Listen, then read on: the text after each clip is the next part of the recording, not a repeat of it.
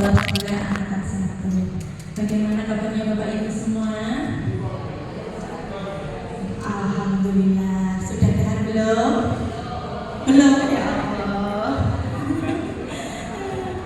Mohon izin Bapak Ibu, tadi sudah diperkenalkan oleh Bu Kepala Sekolah. Di sini kami kebetulan mendapat materi tentang pembelajaran berdiferensiasi. 2, 3, 4, 5, 6, 7, stop. Hafal ya Bapak Ibu nggih?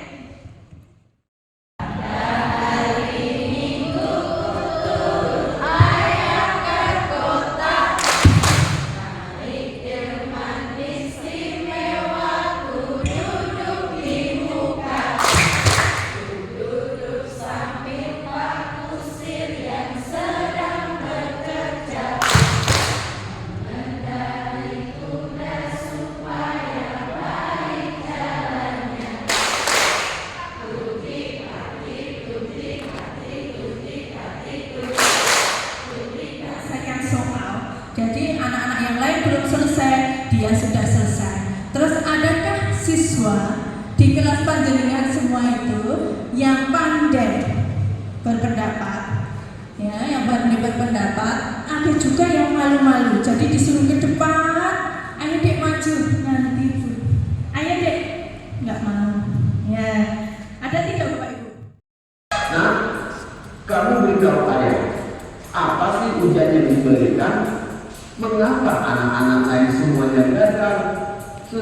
Dalam mengajar agar anaknya nanti itu bisa menjadi anak yang kita harapkan, anak yang berguna bagi nusa dan bangsa dengan kelebihannya masing-masing. Kita juga harus bisa memahami bagaimana minat anak-anak kita, bagaimana kemampuan awal anak-anak kita, dan juga anak-anak kita itu paling bisa belajar itu dalam kondisi yang seperti apa, sehingga tujuan pembelajaran yang kita berikan kepada anak-anak itu bisa tercapai. Nah, agar anak-anak kita bisa belajar dengan sukses dihadapkan dengan keragamannya tadi, apa yang bisa kita lakukan?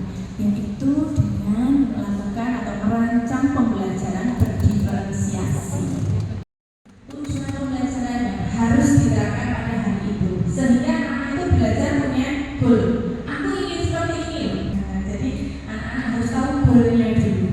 Setelah itu, yang kedua adalah seperti tadi Bapak Ibu, karena kelas kita itu anaknya paling 3, kita dapat memetakan kebutuhan belajar siswa kita itu dari 3 hal. Ini paling tidak ya, boleh lebih. Jadi menurut Tom paling tidak dari 3 hal. Yang pertama dari apa? Kesiapan belajarnya atau readiness. Maksudnya apa kesiapan belajar? Jadi pengetahuan yang dimiliki oleh peserta didik kita terkait dengan pelajaran yang akan kita berikan. Jadi, ketika kita menjelaskan tentang alat transportasi, walaupun kita tidak membawa media atau penjelasan kita cuma biasa saja, karena dia sudah punya ketertarikan pada otomotif, maka dia akan tertarik. Tetapi bagi anak lain yang tidak tertarik pada otomotif, dengan penjelasan guru yang tidak menarik, tidak ada media, dia tidak akan tertarik. Nah, yang terakhir yaitu dengan gaya belajarnya Bapak Ibu. Nah, gaya belajar anak, cara anak itu belajar bisa dilihat dari yang pertama visual. Visual itu bisa dari gambar sendiri. Yang kedua, membaca rapat pada kelas sebelumnya. Yang ketiga, Bapak Ibu bisa membandingkan antara topik pembelajaran yang akan Bapak Ibu ajarkan dengan pengetahuan awal anak tadi. Yang keempat, penilaian. Jadi Bapak Ibu kan setiap melakukan pembelajaran pasti ada penilaian formatif ya.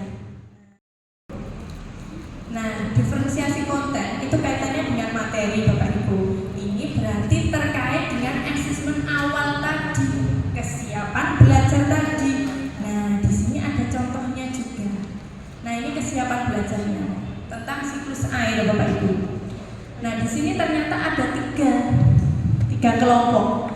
Ada anak yang sudah mahir mengkomunikasikan siklus air secara sederhana dan menyebutkan dampaknya. Tetapi kelompok 2 bisa mengkomunikasikan secara sederhana dapat menyebutkan dampaknya pada kelangsungan hidup. Dan yang ketiga adalah masih belum dapat menjelaskan. Nah, di sini secara kontennya kita bedakan Bapak Ibu pelajarannya. Nah, dengan proses di sini saya contohkan berdasarkan gaya belajarnya Bapak Ibu. Nah, secara proses berdasarkan gaya belajar. Tadi kan gaya belajar ada 3. Nah, di sini saya contohkan yang visual itu guru menjelaskan menggunakan gambar atau alat bantu visual. Sedangkan bagi anak-anak dengan gaya belajar auditori tadi disediakan guru akses untuk anak-anak itu nanti bisa mengakses sumber-sumber belajar yang lain sehingga dia bisa mendengarkan. Pengajar yang mengakomodir kebutuhan belajar peserta didik.